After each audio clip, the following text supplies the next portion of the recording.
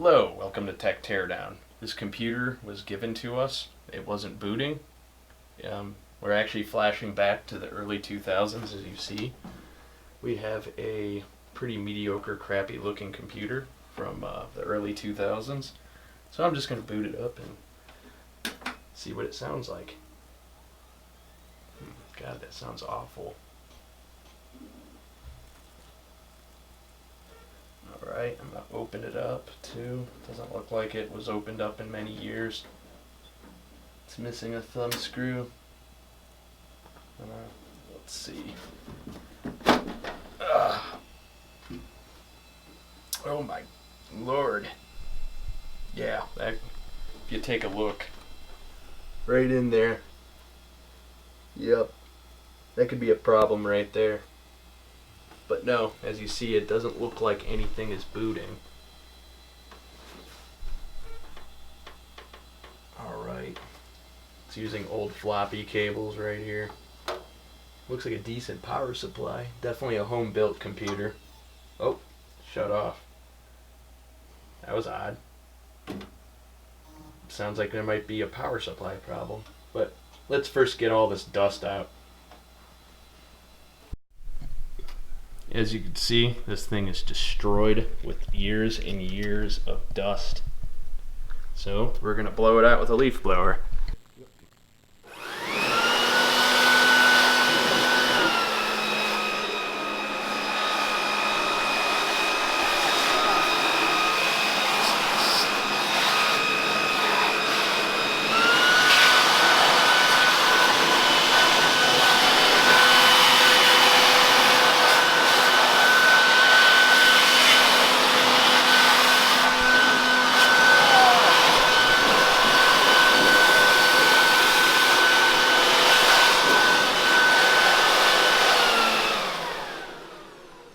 That thing's nasty.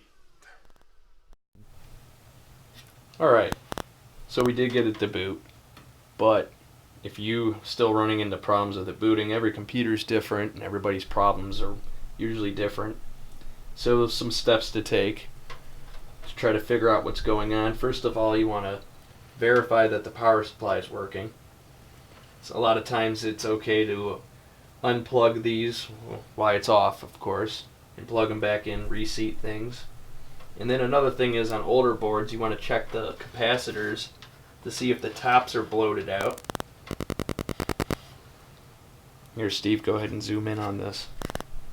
If you could take a look at these are actually sticking up. I don't know if you guys can see that, but these guys are sticking up, and if you look and see these are very flat and they pop out. That's a telltale sign that they're busted. They're bad. That means they're not storing power like they should. But yeah, we can put them down in the comments below. We can do a video on how to actually replace these capacitors. They're actually pretty easy to find, and I can go in depth about how to use a soldering iron, heat gun, how to remove these old capacitors, put them back on and solder them on the right way. Another thing is video card. Now this thing has an onboard graphics card, so the easiest next step, if we didn't fix it already or figure out what was going on with it, would either have a test card, which I have one, got many. We would pull that out and put the test card in. If you don't have a test card, you can always use an onboard video to try to see if that's what it is. But when you're looking at these, just, same thing, you're looking for capacitors, burnt looking marks on it. Sometimes it's really hard to find something that's actually burnt out. There's a lot of times there's no visual sign that it's dead. It just doesn't work. It's shorted out. Doesn't mean that it's going to show a burn mark, but here and there you'll get that. But yeah, just go ahead and leave comments in the section below. Let us know if you'd want us to do a capacitor video. And then with the memory, that's another thing that goes wrong on a lot of these computers, is the RAM. Sometimes it's good to just pull them all out and then plug in. You could run it You don't have to run every stick. Like a lot of these computers will run dual channel, some do quad, but it's kind of rare for older computers.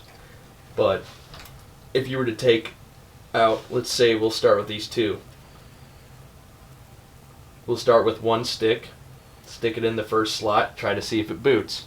If it doesn't, take the other stick, put it in the first slot and try to see if it boots. If it doesn't, then you do the same thing, but you do it in the next slot. And that's about it. If you like this video and you want to see more tech tutorials, please like and subscribe below. We'll be uploading videos and have reviews weekly.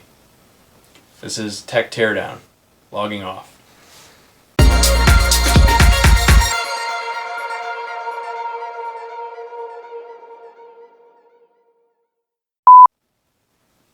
If you like this video and you want to see more tech shit. Can't do it, dude.